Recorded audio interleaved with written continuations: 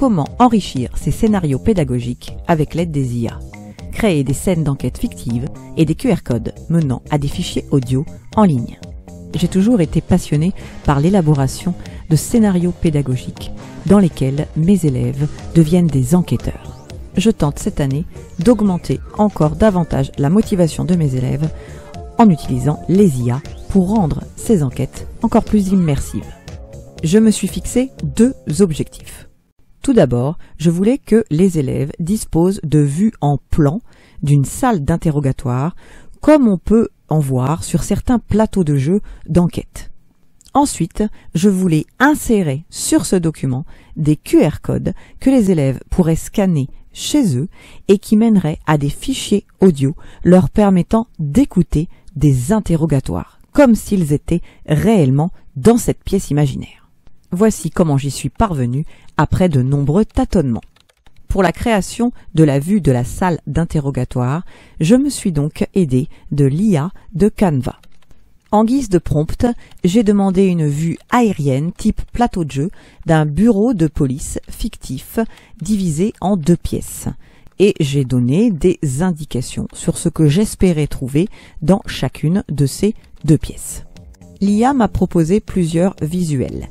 J'ai choisi celui qui semblait le plus correspondre à mon projet. Malgré les précisions apportées dans mon prompt, je trouvais qu'il y avait quand même des erreurs à corriger dans l'image choisie. Par exemple, il y avait trop de documents éparpillés dans la pièce de gauche et surtout, aucune porte ne permettait d'aller de la pièce de gauche à la pièce de droite.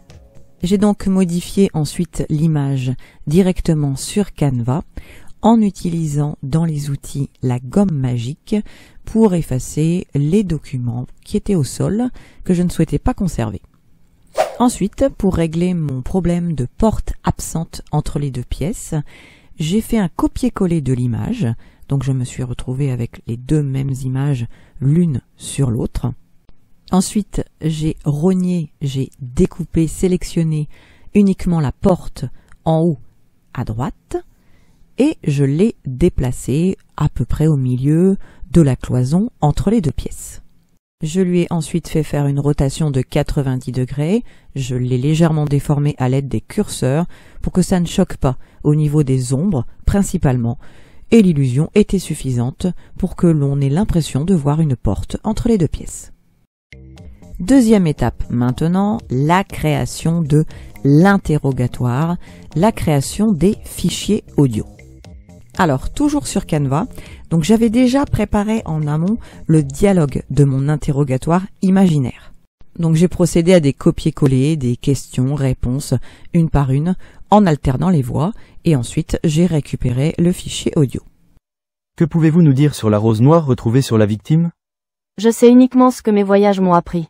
C'est-à-dire? J'ai ensuite téléversé chaque fichier audio sur le site La Digital dans la partie DigiRecord. Cela permet de mettre en ligne un fichier audio sur une solution libre. Vous pouvez ensuite récupérer le lien menant à votre fichier audio ou directement un QR code.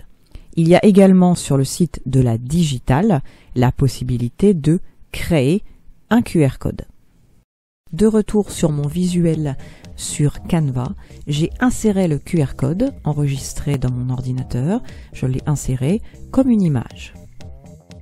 J'ai ensuite enrichi le document par une mise en page sur laquelle j'ai ajouté des flèches, des titres et des indications de durée pour les fichiers audio à écouter.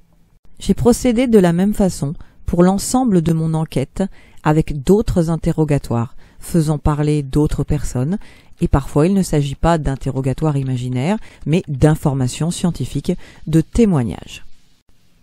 Et donc voici, à titre d'exemple, le visuel final de ma première scène d'interrogatoire dans l'enquête que je fais mener à mes élèves. À vous de jouer!